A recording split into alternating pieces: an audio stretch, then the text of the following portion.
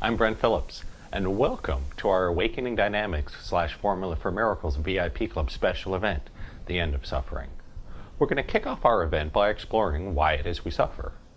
I found that one of the most powerful motivations for almost all of us to pursue spiritual practices is to lessen or eliminate suffering.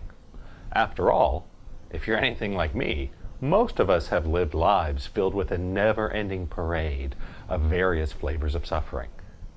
For example, physical suffering, emotional suffering, economic or money, or more specifically lack of money suffering, and even relationship suffering. Now, I'll be the first to admit that I really didn't start my spiritual journey in earnest until I had my first dark night of the soul.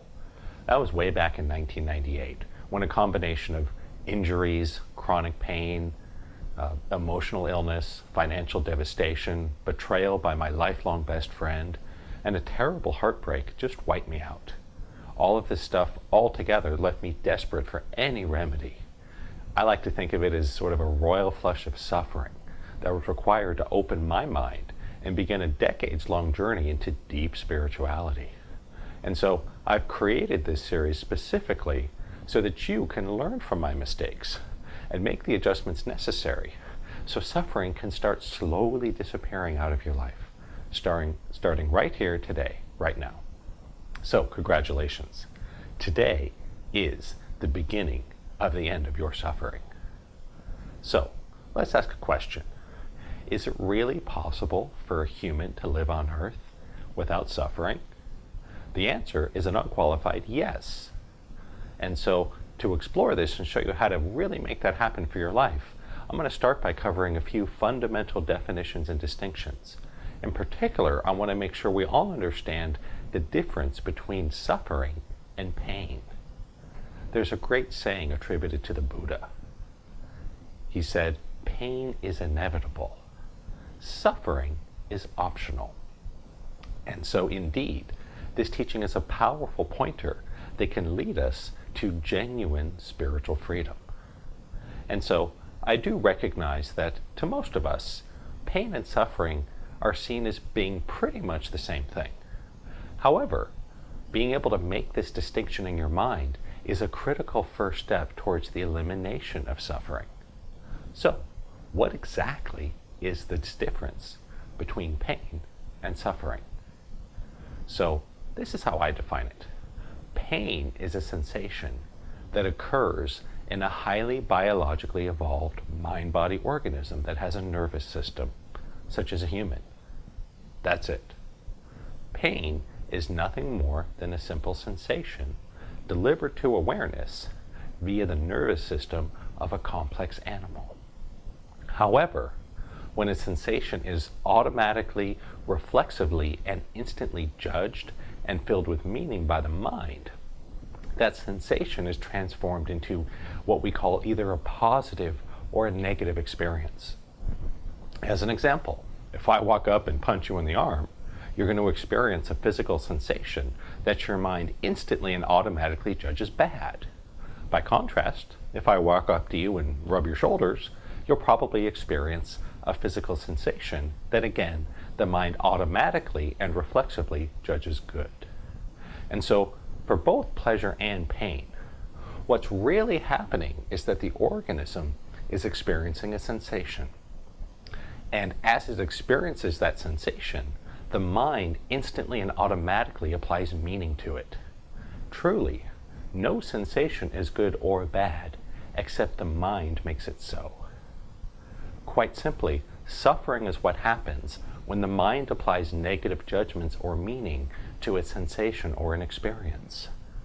More precisely, suffering is a result of the mind comparing the sensations and experiences that it is present to, also known as what is, and compares that against the mind's idea of the sensations and experiences that it thinks it should be having at that moment, also known as what should be. Fortunately, if you can learn to become aware of this and interrupt that process to break this pattern, it really is possible to reduce and eventually even completely eliminate suffering from your life. Now, A useful model for understanding suffering is to see that suffering is the delta, or the difference, between what is and the mind's idea of what should be. In other words, suffering results when the truth of what is doesn't quite match up with the mind's idea of how things should be. That's suffering. To help make this clearer, we'll take an example. In this example, let's say that money problems are causing a lot of suffering in your life. Maybe you were like me. Maybe you got sick or you got hurt. You had to quit your job. And now you're barely surviving on disability and debt and charity. And so all the while racking up all these expenses on your credit card. If that's what is the truth of the moment for you, it's likely you're experiencing a lot of suffering, especially if you have no idea of how you're going to recover your health and your prosperity. But let's take a step back and notice that the suffering here does not result directly from what is. Instead, the suffering is generated by the delta, or difference, between what is and your mind's idea of what should be. In this example, what is that you're sick and in pain. Maybe you can't work. Maybe you've depleted your savings. And maybe you're racking up credit card debt like there's no tomorrow, with no relief in sight. In that situation, it's totally understandable that those circumstances may generate a lot of suffering.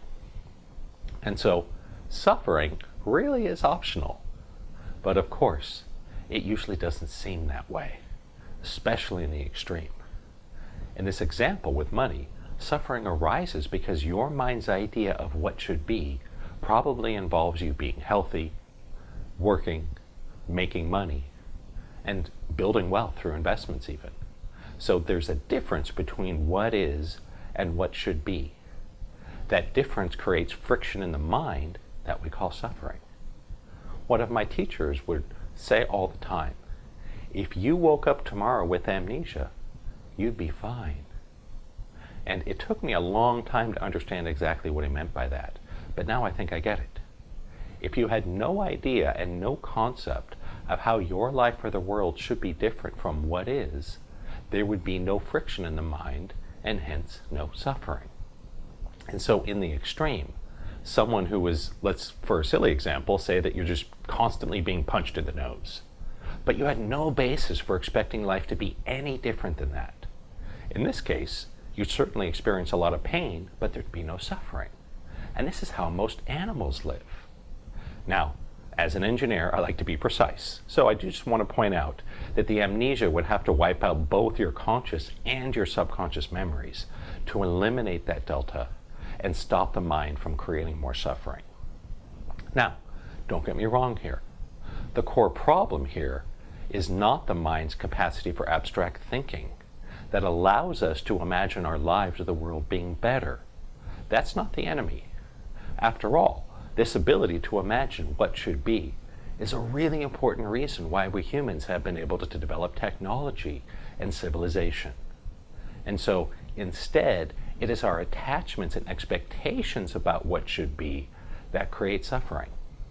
Indeed, a very high vibration human still engages in thinking about how to make the world a better place, and likely takes action to create value and serve others. But they do this master does it with no attachment to those ideas or expectations, and as a result, they don't create suffering.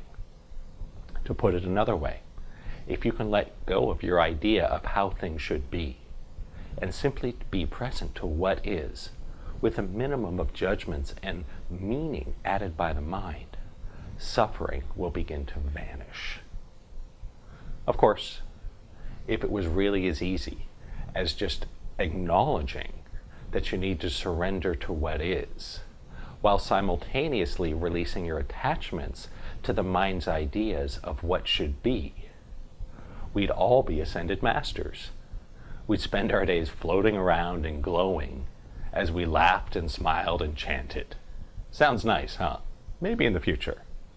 But by contrast, what I found is that there's a lot of spiritually oriented material out there, and it's pretty good for the most part at pointing you to the top of the mountain at saying that's where you need to go.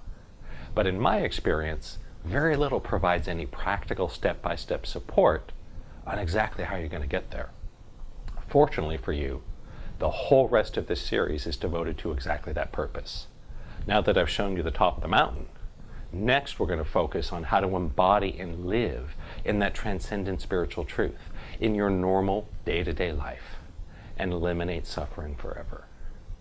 That's all we have for day 1. I'm Brent Phillips, and I'll see you soon for day 2 of The End of Suffering. Until then, take care.